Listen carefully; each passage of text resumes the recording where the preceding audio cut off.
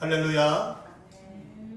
올 새해를 맞이해서 하나님께서 여러분에게 말씀으로 은혜를 베풀어 주시기를 간절히 바랍니다. 오늘 말씀의 제목은 성육신하신 말씀이면 새해에도 충분합니다 라는 제목입니다. 장로교의 창시자인 칼빈이 쓴 기독교 강요에 보면 이런 구절이 있습니다. 아주 유명한 구절인데요. 성경이 가는 곳까지만 가고 멈추는 곳에서 멈추어야 한다라고 했습니다. 이 말뜻은 하나님이 그분 자신을 나타내시는 것만 우리가 알 수 있는 것이지 우리가 추측하거나 상상을 해서 이럴 거다 저럴 거다 해서는 안 된다는 것입니다. 하나님 말씀이 말하는 것만 우리가 받아들이면 된다 그 얘기예요. 이 말에 또한 담겨있는 의미는 하나님께서는 말씀을 통해서 창조 또한 계시, 구속 등의 사역에서 그분 자신을 나타내신다는 겁니다. 특별히 그 가운데서 하나님은 말씀하시는 자로 나타나고 있다고 하는 거예요. 하나님은 말씀을 통해서 그분 자신을 나타내게 되고 사람들은 그 말씀을 통해서 하나님을 알게 된다는 것입니다. 무엇보다도 말씀을 통해서 하나님이 뜻이 무엇인가를 인간은 알게 된다는 것입니다. 오늘 요한복음 1장 1절에는 태초에 말씀이 계셨는데 바로 그 말씀이 하나님과 함께 계셨다라고 말하고 있습니다. 이 말씀을 하나의 인격으로 그렇게 요한이 소개하고 있고 우리는 요한복음을 읽으면 이 말씀이 곧 육신을 입고 이 땅에 오신 예수 그리스도임을 우리는 알아낼 수 있습니다. 예수님은 원래 하나님과 동등된 분이셨는데 그분이 하나님을 온전히 세상에 드러내시기 위해서 말씀이셨던 그분이 육신을 입고 이 세상에 오셨다는 것입니다. 창세기에는 하나님의 말씀이 세상을 창조했다고 되어 있고 히브리서 1장에는 하나님의 말씀이 지금도 세상을 붙들고 있다고 말씀하고 있습니다. 이건 역시 예수 그리스도가 세상의 주권자로 만유를 다스리고 있음을 보여주는 그러한 말씀들인 것입니다. 이 말씀은 창조할 때 중개자로서 사역을 했다고 성경은 말하고 있습니다.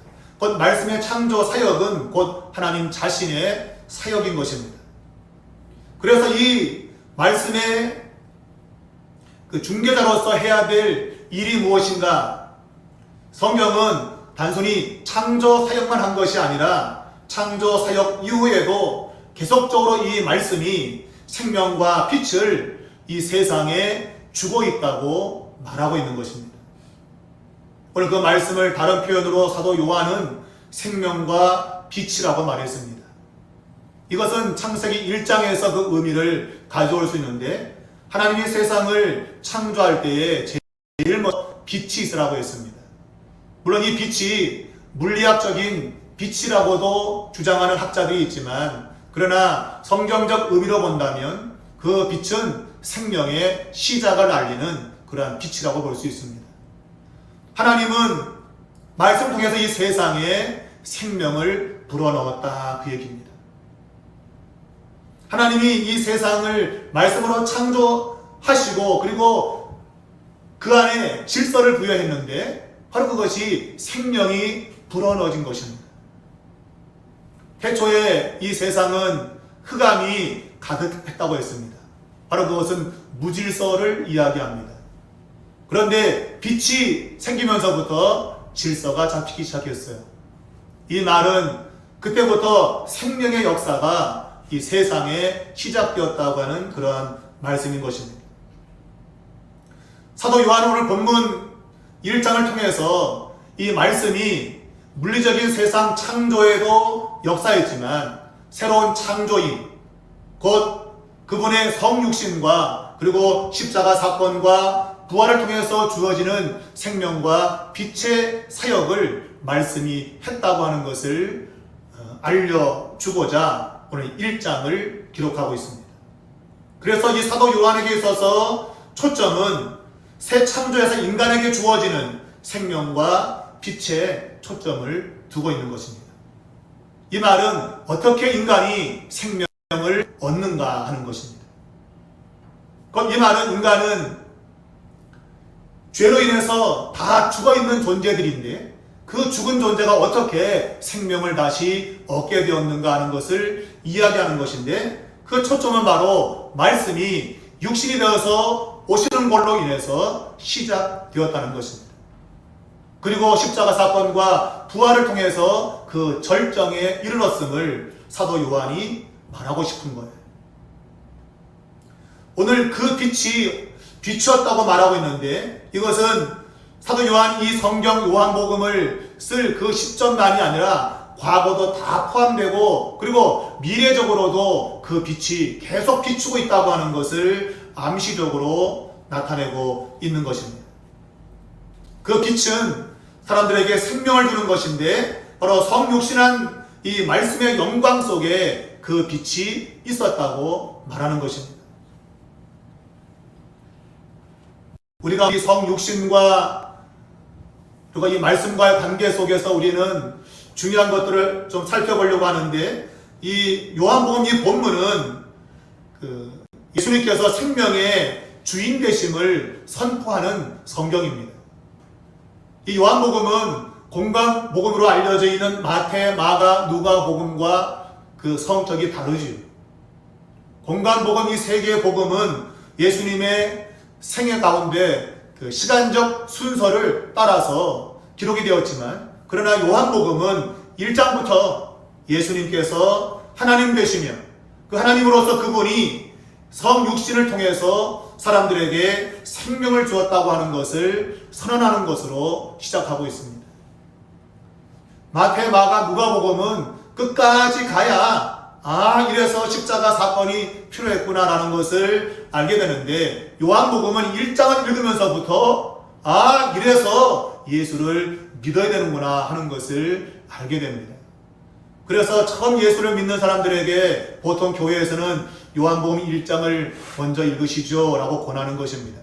복음서 가운데도 요한복음 1장을 읽으면 이 안에는 복음의 진수라고 볼 수 있는 성육신과 더불어서 그리고 하나님의 구원, 생명의 역사가 기록되어 있기 때문인 것입니다. 1장만 읽어도 구원에 이룰 수 있는, 그리고 요한복음 3장에 가면 우리가 익히 잘 알고 있는 하나님이 독생자를 세상에 보내신 이유는 그를 믿어서 멸망하지 않도록 하기 위한 하나님의 계획이라고 하는 것을 우리에게 알려주고 있죠. 그래서 요한복음 읽으면 내가 예수를 믿어 생명을 얻어야 되겠구나 하는 동기가 발생하게 되는 것입니다. 우리는 이 성육신하신 말씀 이 내용을 통해서 우리는 몇 가지 중요한 점을 생각해 보고자 합니다. 첫 번째는 말씀이 육신을 입었다라고 하는 것. 이것은 생명의 빛이 사람과 세상과 영원한 관계를 맺기 위해서 세상에 왔다고 하는 것을 의미합니다. 곧 태초에 있었던 그 말씀이 육신을 입고 이 세상에 온 것은 사람들에게 또한 세상에 생명을 주기 위해서 온 사건이라 그런 얘기입니다. 달리 말하면 이 성육신한 말씀이 없다고 한다면 세상은 생명을 얻지 못한다는 것입니다. 간단히 말하면 성육신한 말씀이 없다고 한다면 저와 여러분은 미래가 없는 거예요. 그냥 절망인 것입니다. 그러나 성육신하신 이 말씀 때문에 우리는 미래적 희망을 갖게 되었고, 단순히 그것은 미래적 희망이 아니라 현재 나의 삶에 하나님의 영광을 볼 수 있는 그러한 역사가 이제 시작되었다고 하는 것을 보여주는 것입니다. 자, 이 빛이 세상에 왔다고 말하고 있습니다. 여기서 말하는 세상이라고 하는 것은 세 가지 의미를 가지고 있는데, 우리가 10절을 보게 되면 이렇게 기록되어 있습니다. 제일 먼저는 그가 세상에 계셨다라고 말하고 있습니다. 그가 세상에 계셨다. 여기서 말하는 세상이라고 하는 것은 바로 이 성육신하신 말씀이 거했던 장소를 가리킵니다.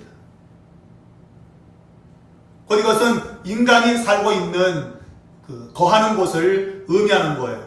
두 번째는 중반절에 보면 세상은 그로 말미암아 지은 바 되었다라고 말하고 있는데, 이것은 인간을 포함하는 전 세상을 가리키는 것입니다.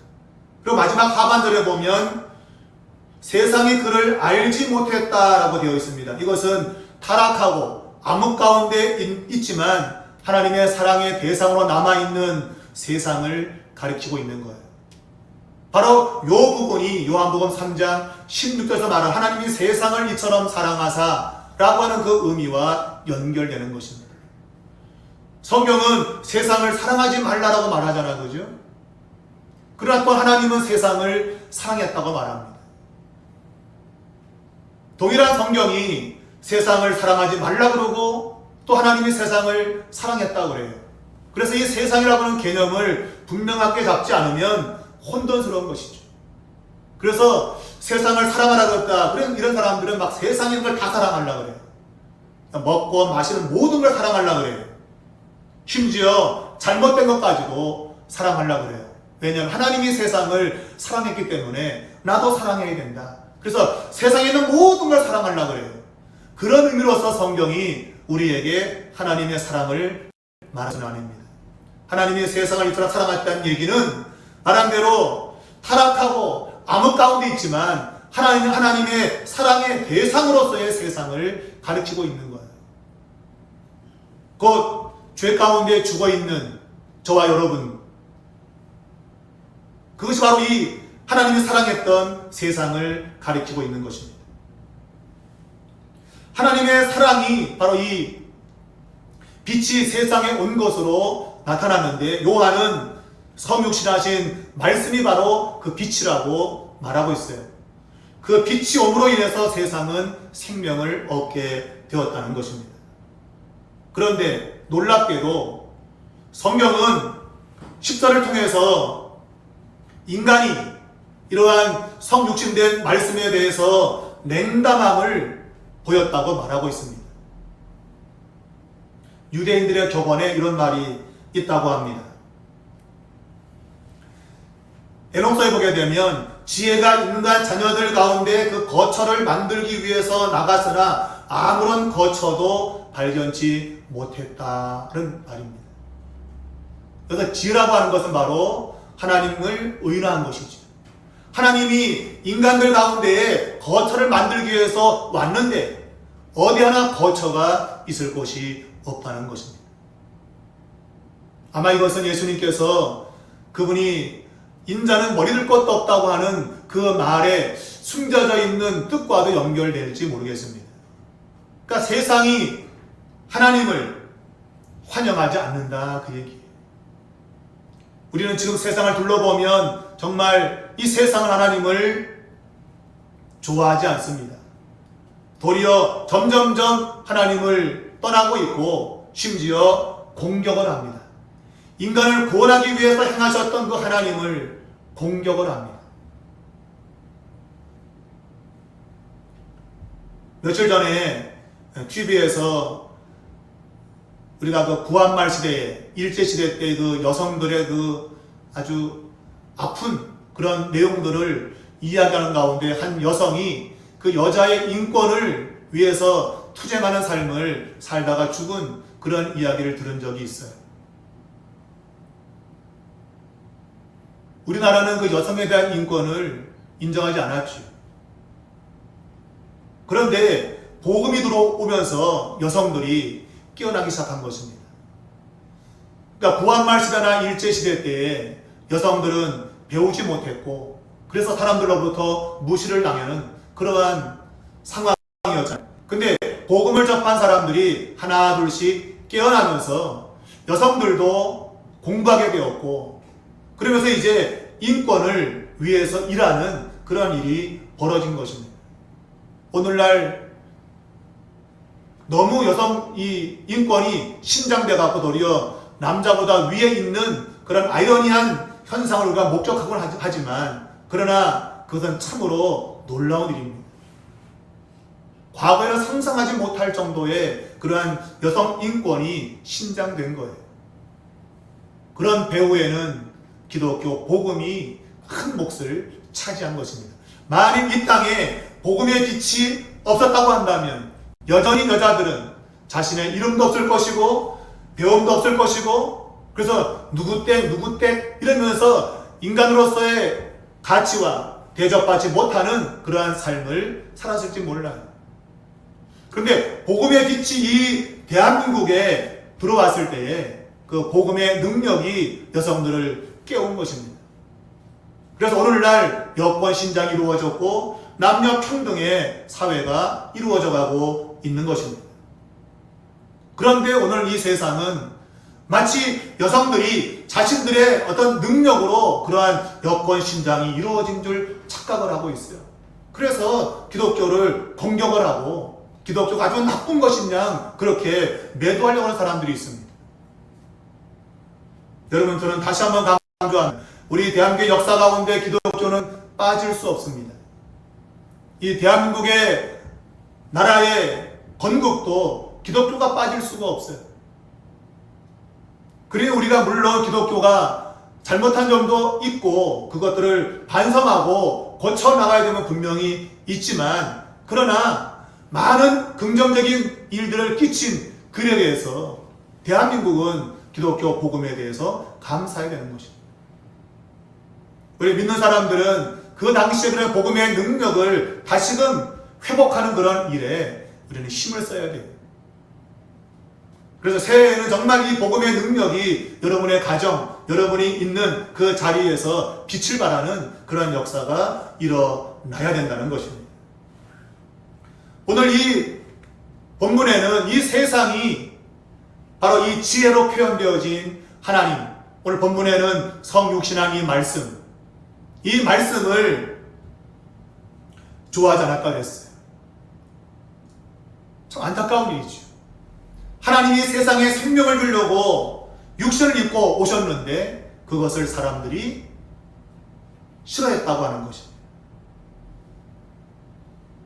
그러면서 오늘 성경은 분명히 우리에게 말하기를, 그러나 영접하는 자에게는 하나님의 자녀가 되는 권세를 바로 이 성육신하신 말씀이 준다고 말하고 있어요. 이 성육신하신 말씀은 물론 예수 그리스도를 가리킵니다. 그러나 오늘 본문은 계속 성육신하신 말씀에 포인트를 두고 있습니다. 바로 말씀이 육신을 입고 이 세상에 왔다고 하는, 바로 그 말씀이 자신을 영접하는 자들에게 하나님의 자녀가 되는 권세를 부여한다고 하는 거예요. 원래 이 사람들은 하나님의 자녀가 아니었습니다. 그러나 이 말씀을 받아들였을 때에 그들은 하나님의 자녀가 된 거예요. 우리가 하나님의 자녀가 된다고 하는 이런 개념은 바울이 말하는 것처럼 양자적 개념입니다. 원래 그 집의 아들, 딸이 아닌데 아들, 딸로 받아들여진 것이죠. 우리는 그것을 양자라 그래요. 입양되었다, 그 얘기입니다. 오늘 그 입양되고 양자로 받아들인 이 이야기를 13절에 가보면 중생이라고 하는 단어로 표현하고 있습니다. 다시 태어난다는 그런 말이죠. 중생, 거듭남, 우리말로는 거듭남입니다. 한자로는 중생. 이 양자라고 받아들여지는 것은 다시 태어나는 것과 같은 말입니다. 그래서 요한복음은 이 신자들을 다시 태어난 사람들이라고 말하고 있어요. 다시 태어난 사람들. 그리고 요한복음 3장에 가보면 예수님께서 이 거듭남에 대한 비밀을 말씀하시는데, 거기 보면 사람이 엄마 뱃속에 들어갔다 나온다고 하는 그런 개념으로 생각을 하지 않습니까? 그래 여러분, 사람이 엄마 뱃속에 다시 들어갔다 나온다고 해도, 아니 골몇 번 자기 엄마 태에 들어갔다 다시 나온다 할지라도 사람은 생명을 얻을 수 없다는 말이에요. 이 말은 인간적인 노력, 인간적인 방법으로는 절대로 하나님의 자녀가 되는 길은 없다고 하는 것을 가르치고 있습니다. 이 말은 여러분과 저가 하나님의 자녀가 된 것은 여러분의 노력도 저의 애씀도 아닙니다. 인간적 어떤 방법으로도 우리는 거듭날 수가 없어요. 오직 우리가 거듭난다고 하는 것은 바로 성육신하신 말씀의 능력으로 된 것임을 이야기하고 있습니다. 이 부분을 사도 베드로는 베드로 후서에서 밝히고 있죠. 그죠? 사람이 거듭난 것은 썩지 아니할 씨 영원한 말씀으로 되었다라고 하는 거예요. 여러분이 예수님을 영접한다고 하는 것은 그분이 지금 여러분 보입니까? 보이지 않지 않습니까?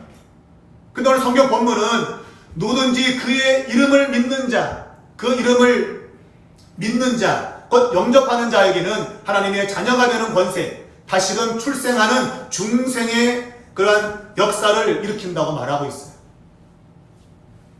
곧 여러분이 예수님의 이름을 믿는다는 얘기는 바로 그분을 말씀을 통해서 여러분이 믿는 것입니다.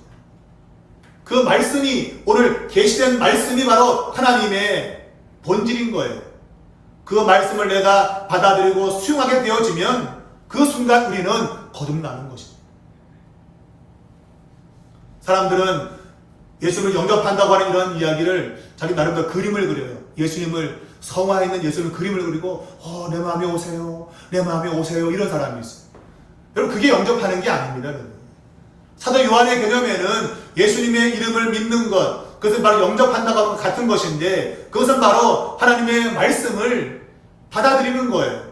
계시된 하나님의 말씀을 받아들이는 것입니다.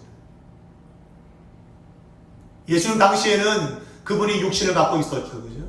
그러나 지금 그분은 육신이 없습니다. 근데 동일하게 그분을 그림 그려놓고 내 마음에 와주세요 하는 것을 영접으로 생각한다면 아주 착각입니다. 오늘 우리가 예수를 믿고 거듭나는 것은 하나님의 계시의 말씀을 그대로 믿음으로 받아들이는 것입니다. 그것이 바로 예수를 믿는 것이고 예수님을 영접하는 것입니다. 그럴 때 바로 그 말씀의 능력이 우리로 하여금 하나님의 자녀가 되게 하는 거예요. 우리를 거듭나게 한다는 얘기입니다. 여러분 이것이 바로 말씀의 능력인 것입니다. 그런데 오늘날 많은 사람들이 계시로 주어진 하나님의 말씀의 능력을 아주 우습게 여기는 거예요. 이 기록된 이 말씀, 이거 뭐 있나, 이거, 이 말씀을 아주 우습게 여긴다, 그 얘기예요. 그래, 여러분, 이 말씀은 성육신 되어서 이 땅에 오셨던 예수 그리스도를 그대로 담고 있는 거예요.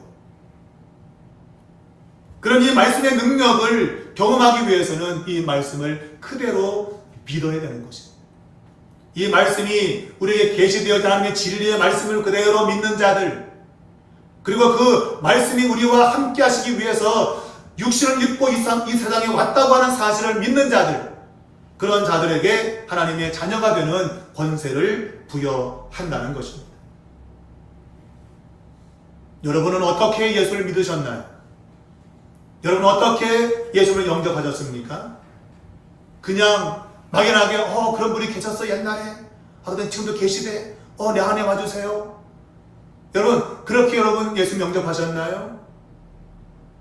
사도 요한은 그러한 영접이 아니라 하나님이 말씀을 통해서 우리에게 계시하시는데 바로 그 계시적 말씀을 통해서 우리가 믿음으로 주님을 받아들이는 것입니다.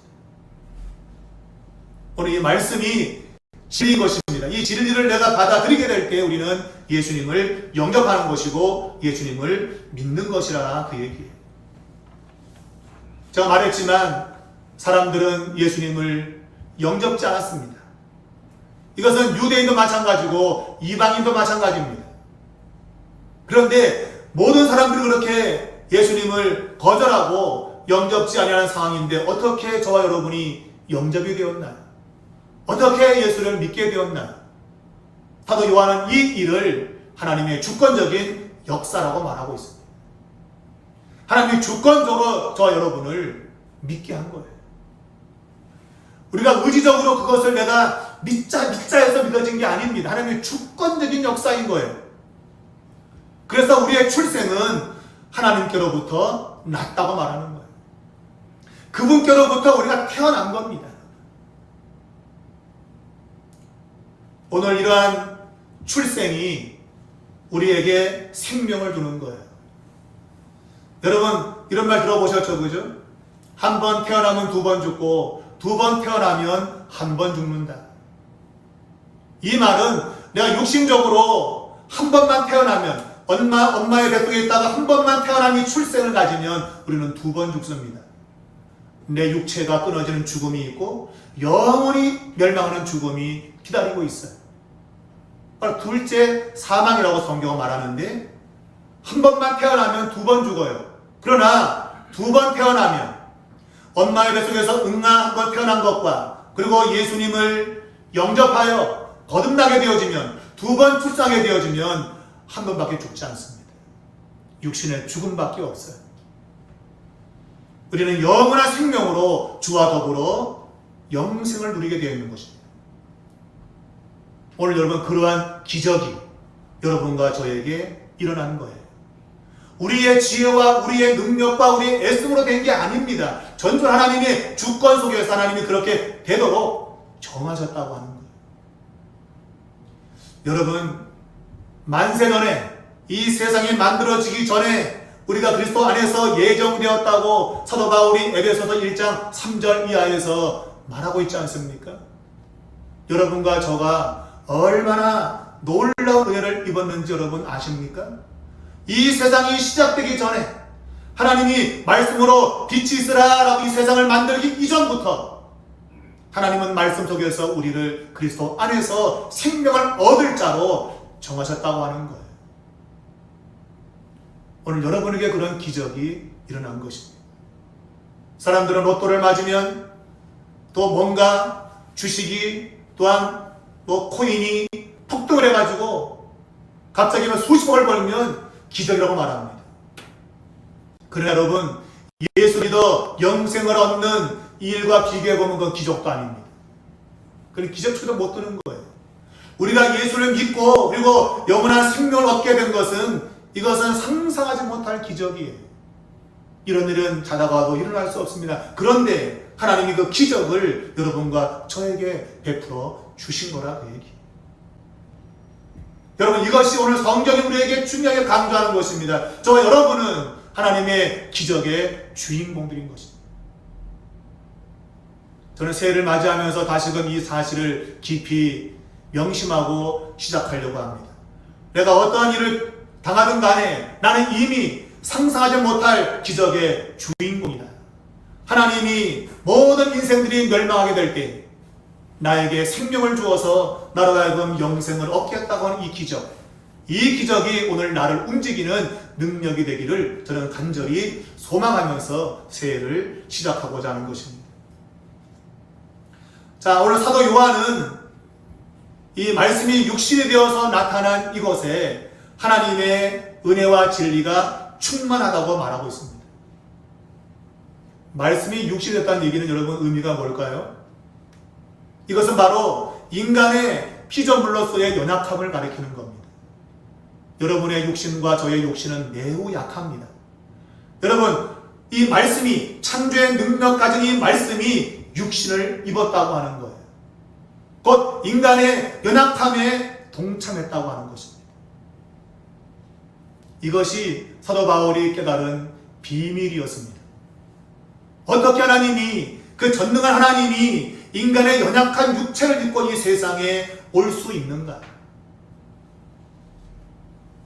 근데 여러분, 오늘 이것이야말로 가장 큰 하나님의 은혜와 진리가 나타난 것이라고 사도 바울이 말하고 있어요. 인간의 연약함을 입은 성육신되어진 말씀, 바로 이것이 가장 은혜와 진리가 충만한 사건이었다고 말하고 있습니다. 놀라운 일이 아닐 수 없습니다. 우리는 이러한 인간의 연약함을 생각하면 한숨도 나오죠, 그죠? 아유, 이름에 약한 몸뚱아리, 아유, 괴로워 죽겠네. 인간의 육체를 생각하면 한숨만 뿜뿜 나옵니다. 나이가 먹을수록 더욱더 우리는 인간의 이 육체 연약함 때문에 탄식을 하죠. 내가 전에 안 그랬는데 왜 이렇게 됐나? 아이고, 왜 이래 내 인생. 이러한 탄식이 절로 납니다. 여러분, 그런데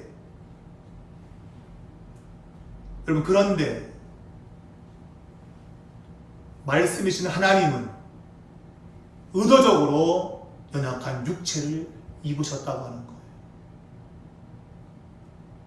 여러분, 이것이야말로 가장 아이러니한 것입니다.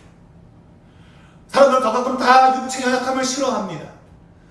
약해지는 거 싫어합니다. 그래서 보면 이런 약해 빠진 거, 이 약해 빠진 거 그런 말을 할 때가 참 많아요. 누구나 인간은 육체 연약함을 싫어합니다. 그런데 하나님은 도리어 인간의 연약한 육체를 입고 세상에 오셨다고 하는 거예요. 놀랍게도 그 육체를 입은 그 사건은 은혜와 진리가 충만한 사건이었다고 하는 것입니다. 여기 보면 말씀이 오셔서 우리 가운데 거했다고 되어 있습니다. 이 거한다는 얘기는 천막을 치고 살았다 그 얘기입니다. 여러분, 천막을 쳤다는 얘기는 아주 눌러 앉았다 그 얘기예요. 잠시 잠깐 인간의 육체를 입은 게 아닙니다. 아예 그냥 눌러 앉은 거예요, 그냥. 우리가 선거 때 되면 저가끔 자기가 뭐 대단한 지도자인 것처럼 서민들의 그런 고충을 경험해 본다고 자기 자가가 많다고 전철 타고 출퇴근하고 또 뭐 옥탑방에 살아보고 뭐 이런 일을 해요. 또 서민들이 일하는 뭐 시장 나가고 막 일도 해보고 막 노동도 해보고 그러면서 아, 서민들이 이렇게 힘들게 사는구나 경험해보지. 그러면서 내가 진짜 서민들의 고충을 아는 사람이야, 이렇게 말하는 사람들이 있습니다. 그러면 여러분, 그 사람들이 그렇게 하는 게 여러분 오래 합니까? 오래 아니에요. 잠시 잠깐만 하고 끝내버려요. 그리고 원래대로 복귀합니다. 그런데 여러분, 하나님은 인간의 연약함을 몸소 입으시고 장막을 치고 거기 아주 눌러 앉은 거예요. 잠시 잠깐 내가 좀 고생해볼게. 그리고 다시 나는 하나님으로 돌아갈 거야, 이게 아니라 우리의 주님은 육체를 완전히 입으시고 천막을 치고 눌러 앉은 거예요. 여러분, 이러한 천막을 치고 눌러 앉은 사건을 오늘 성경 이 사도 요한은 어떻게 표현하는가 하면 바로 그리스도의 영광의 모습이었다고 말하고 있어요. 그게 최고의 영광이었다고 말하고 있어요. 무슨 의미일까요? 아니, 하나님이 육체를 입고 우리 가운데 오신 사건이 어떻게 최고의 영광이라고 말할 수 있는가? 맞습니다. 영광의 사건이에요. 요한이 염두에 두고 있는 것은 이스라엘 백성들이 출애굽 당시에 애굽을 나와서 시내산에 하나님의 임재를 경험한 사건을 염두에 두고 있는 것입니다. 하나님의 백성들 가운데 하나님이 임하신 거예요. 시내산에서. 그때 영광이 그렇지 않습니까? 바로 하나님이 인간들 사이에 와서 천막을 치고 함께 인간으로서 사신 것이 가장 큰 영광이라고 하는 거예요. 이건 무슨 말이에요? 하나님이 우리와 함께하는 것이 가장 큰 영광입니다. 여러분이 먹을 것이 없고 쓸 것이 없고 가난하게 살아도 주님이 여러분과 함께 계시면 여러분은 가장 큰 영광 가운데 있는 거예요. 그 비밀을 알았던 모든 사람들은 상황이 그들을 누르지 못합니다. 어떤 상황이 와도 하나님이 나와 함께 계시다고 하는 그 사실이 영광 가운데 살아가는 능력이 되었던 거예요. 여러분은 어떻게 신앙생활하고 있습니까?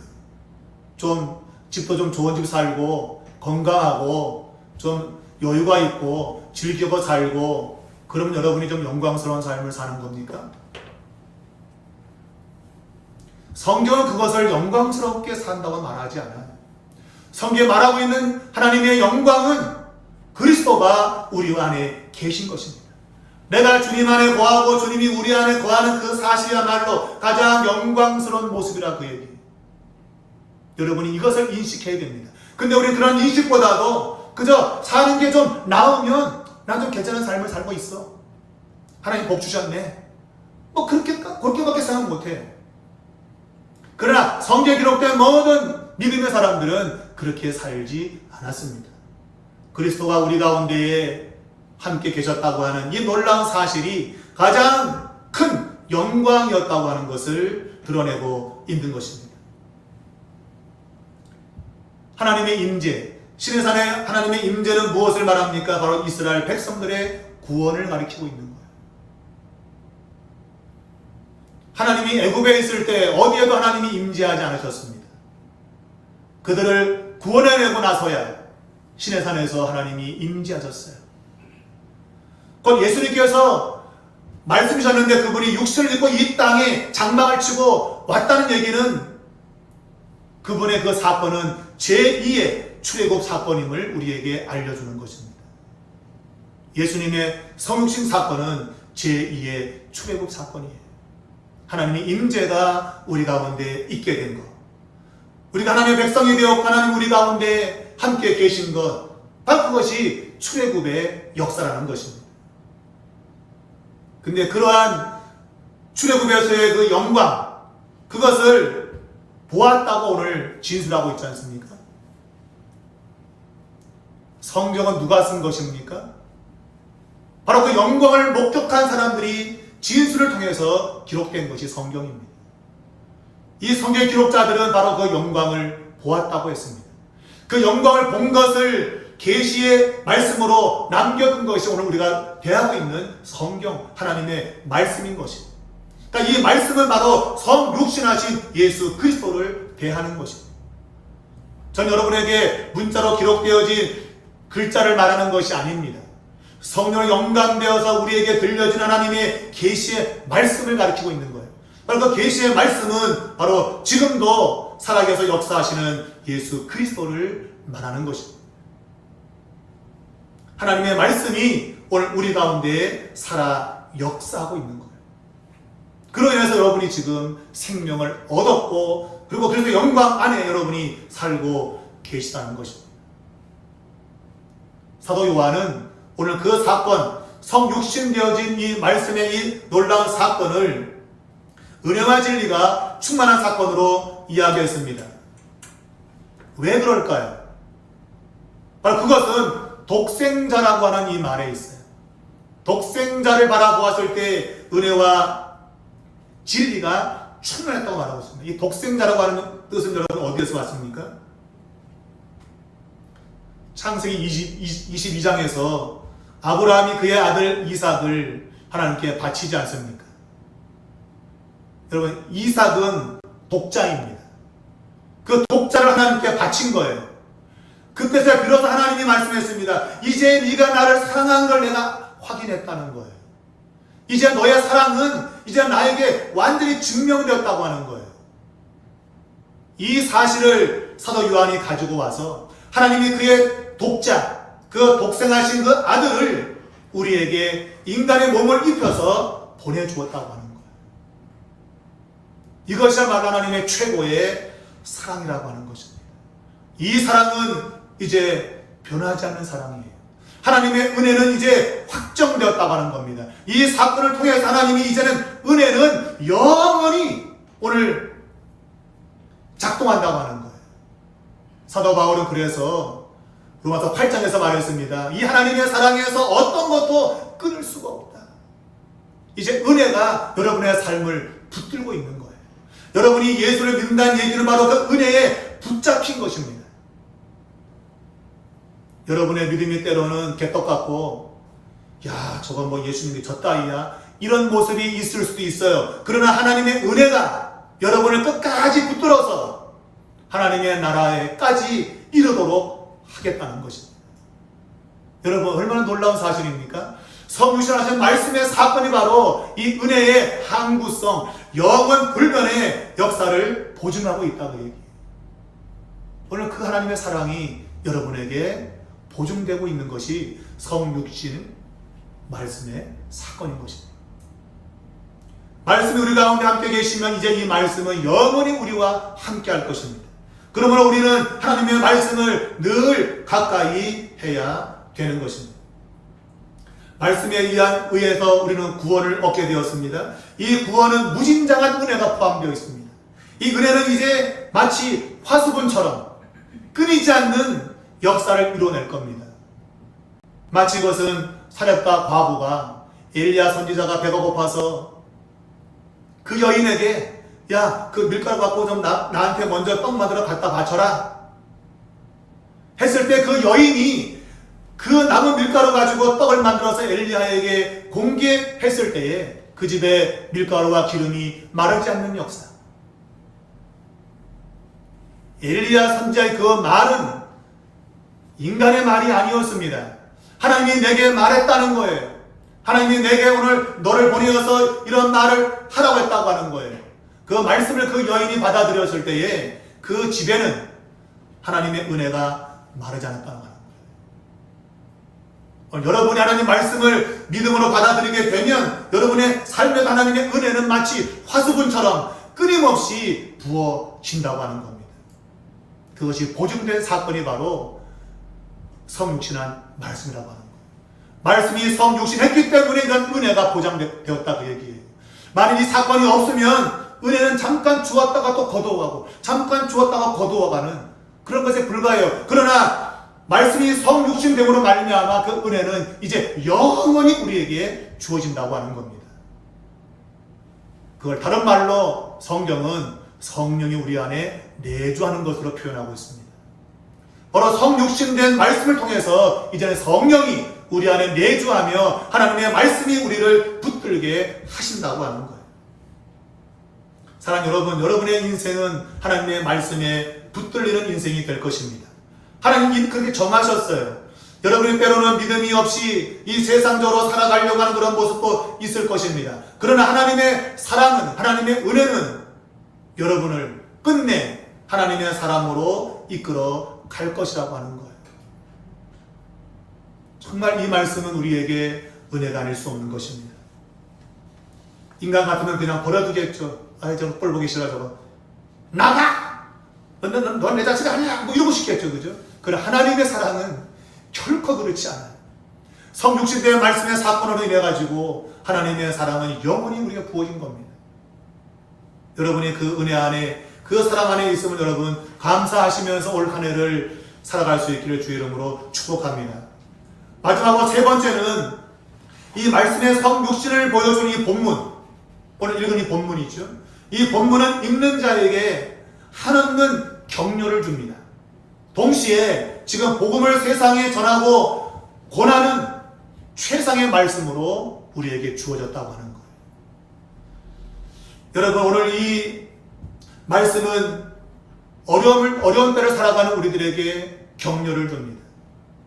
하나님의 그 놀라운 사랑이 인간의 육체를 입고 오신 그 말씀 속에서 나타났다고 하는 것은 인간이 살면서 때로는 고통스러운 경험도 있고 환난을 만나기도 하고 여전히 어둠이 빛을 가리는 그런 일이 있을 수 있다고 하는 거예요. 왜냐하면 하나님이 인간의 몸을 입고 왔기 때문에 그런 겁니다. 만약 그분이 인간의 몸을 입지 않았다고 한다면 그런 고통스러움, 그런 환난, 그러한 어둠은 없을 거예요. 그러나 하나님이 인간의 몸을 입었기 때문에 인간이 겪는 모든 고통이 찾아온다는 것입니다. 그래서 어둠이 빛을 가리고 생명의 빛을 거절당하는 그런 일이 벌어진다는 거예요. 그러나 여러분, 그것은 전혀 문제가 되지 않는다는 것입니다. 예수님이 인간의 몸을 입고 이 세상에서 많은 어려움을 겪었습니다. 그러나 그분은 부활의 생명으로 다시 살아나셨습니다. 예수 믿는 모든 사람들이 살아가면서 많은 고난을 겪었습니다. 사도 바울은 우리가 천국에 들어가려고 한다면 많은 환난을 당해야 될 것이라고 말할 정도로 그는 엄청난 고통을 겪었습니다. 그러나 그것이 그에게는 문제가 되지 않았어요. 왜냐하면 그에게는 장차 받을 영광과 그 고난을 비교해보면 아무것도 아니라고 하는 거예요. 더 놀라운 사실은 그것이 미래적 사건이 아니라 현재적 사건으로 그에게 경험되었다고 하는 거예요. 여러분, 우리가 바라는 것들은 미래에 있는 게 아닙니다. 그래, 아이고, 죽으면 이제 그때 끝나겠지. 아이고, 그때는 편안할 거야. No! 성경의 복음은 미래적 소망이 아니라 미래의 영광이 아니라 지금 이곳에서의 영광을 이야기하고 있는 거예요. 여러분이 예수를 믿고 있다고 하는 자체는 지금 그 영광을 여러분이 보는 것입니다. 그것이 복음의 능력인 것입니다. 여러분의 삶에 세상이 주는 그런 만족과 기쁨이 아니라 하나님이 주시는 만족과 기쁨이 지금 경험되는 거예요. 그래서 예수 믿으러 가는 것이죠, 여러분. 에이, 죽은 다음에 천국 가니까 그때 가서 편히 쉬어. 그게 복음인가요? 아닙니다, 여러분. 성경의 복음은 오늘 내가 예수를 믿으면 말씀이 육신 되신 그분을 내가 영접하면 하나님의 영광이 지금 경험되는 거예요. 그래서 모든 고난과 역경을 넉넉히 이기는 겁니다. 그냥 막 참나내는 게 아니에요. 도리어 환난 중에 즐거워한다고 성경은 역설적으로 말하고 있지 않습니까? 고난에 타격될 때 기뻐하는 거, 이야! 고난이 큰 만큼 영광이 크다. 왜냐하면 우리 예수님께서 그렇게 섰기 때문에. 여러분, 새해가 되었지만 우리는 여전히 많은 문제를 갖고 있습니다. 코로나가 끝나지 않았습니다. 도리어 사람들은 더 걱정을 하고 있습니다. 또 다른 변이가 나타나가지고 더 큰 어려움을 겪는 것이 아닌가 더 걱정하고 있습니다. 그러나 여러분, 예수 그리스도의 이 성육신 사건, 이 사건을 믿는 자들에게는 현재 그런 고난은 아무것도 아닌 것입니다. 우리가 장차받을 영광과 비교해도 비교가 안 되지만 현재 우리는 그리스도의 영광 안에 참여하고 있는 거예요. 그 기쁨과 즐거움이 우리 가운데 경험되는 것입니다. 이미 우리는 구원을 받았고 그 구원이 주시는 영광을 지금 누리고 있다고 하는 거예요. 혹자는 죽어봐야 알지라는 사람이 있습니다. 여러분, 복음은 죽어봐야 하는 게 아닙니다. 여러분이 지금 예수를 영접하면 말씀이 육신되어서 우리에게 오신 예수님을 영접하게 되어지면 그 말씀의 능력이 여러분을 붙드는 거예요. 그리고 하나님의 은혜가 무한정 우리에게 보장되는 것입니다. 그 무한정된 그 보장은 우리의 모든 삶의 영역에서 우리를 붙들고 우리를 세우고 세상이 주지 못하는 기쁨과 즐거움을 주게 될 거라고 하는 거예요. 여러분, 이 놀라운 것들을 알고 있었던 세례 요한은 오늘 본문에 보면 이 빛에 대해서 증언하는 사람이라고 말합니다. 여러분, 이 복음은 정말 증언해야 될 놀라운 소식인 거예요. 세례 요한은 목이 잘려 죽는 비참함으로 인생이 끝났습니다. 그러나 오늘 이 성경은 바로 그 빛을 증거했던 세례 요한의 위대함을 우리에게 알려주고 있습니다. 만약 여러분이 예수 그리스도의 복음, 이 육신이 된 이 말씀의 이 복음을 누군가에 전한다면 여러분은 세례 요한 이상가는 그러한 축복의 사람이 될 줄로 믿습니다. 우리에게는 이 복음을 전하라고 주님이 명령하셨습니다. 여러분, 새해에는 이 생명의 복음을 여러분이 먼저 경험하시기 바랍니다. 여러분의 가정에 생명이 역사하기를 바랍니다. 죽은 자와 같은 그런 삶이 아니라 산 자로서 그런 기쁨을 누리며 사시길 바랍니다. 그리고 그것을 또 다른 누군가에게 증언하는 여러분의 삶이 되시길 바랍니다. 오늘 요한복음 이 본문은 우리에게 전도의 최고의 본문입니다. 오늘 너가 예수를 영접하면 너에게는 은혜와 진리가 충만해질 거다. 이것이 경험되는 그러한 역사를 우리는 올 한 해에 경험해야겠습니다. 여러분, 새해가 밝았습니다. 단순히 새해가 되었다고 새해가 아닙니다. 그리스도 안에 여러분이 거하게 될 때 말씀이 육신되어서 우리 가운데 오신 하나님의 은혜와 진리가 우리 안에 충만하게 될 때에 진정 새해가 될 것입니다. 그러한 새해가 올 한 해가 되기를 주님의 이름으로 축원합니다.